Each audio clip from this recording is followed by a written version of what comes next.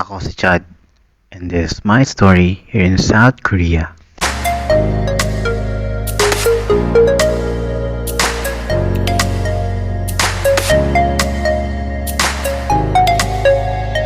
Kumusta? Tara, gala tayo. Ang location ko nga pala dito sa South Korea ay matatagpuan sa Ansan.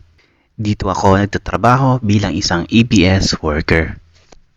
Bago ko nga pala simulan ng ating gala, ay gusto ko lang magpasalamat sa lahat ng nanonood ng aking mga video kahit pa ito naman ay hindi masyadong kagandahan. Ngayong araw ay samahan niyo akong mag-ikot dito sa Ansan Market. Tuwing day off nga lang kami nakakapunta dito dahil medyo may kalayuan din to sa location kung saan ako nag-work. Kailangan pa nga namin sumakay ng bus para makapunta dito sa Ansan Yok. Ito kasi ang pinaka-center ng Ansan. Ibig sabihin, dito matatagpuan ang mga iba't ibang uri ng pamilihan. Maliban din sa mga nagtataas ang gusali, ay makikita mo din dito ang iba't ibang uri ng establishment dito sa Ansan.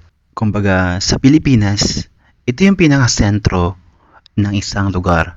Marami kang pwedeng puntahan dito sa Ansan. Mag-ikot-ikot ka lang, talagang mabubusog yung mga mata mo kahit na wala kang dalang pera. Siyempre, mas maganda pa rin may dala tayo dahil dito sa Ansan Market, marami kang pwedeng mabili. Mula sa damit, mga pagkain, at marami pang iba. Pero ang lagi namin pinupuntahan dito ay ang ukay-ukay. Siyempre, tayong mga Pinoy ay mahilig talaga sa pag-uukay. Maliban dun ay marami ka pang mabibili dito sa Ansan Yok. Pera nga lang wala. Dito naman sa underground, marami ka ring madadaan ng mga nagtitinda ng iba't ibang klase.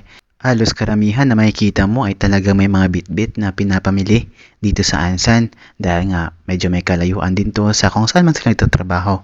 Gaya nga namin, once a week lang kami nakakapunta dito. Ganito nga pala ang itsura ng market dito sa Ansan. Hindi uso dito ang pagtatawag ng mga customer dahil lahat naman ng store ay may kanya-kanyang customer. Dito rin sa Ansan ay makakabili ka rin ng mga Pinoy products. Yun nga lang, may kamahalan na dahil nga syempre malayo yung Pilipinas. Kaya pagdating dito, sobrang mahal na.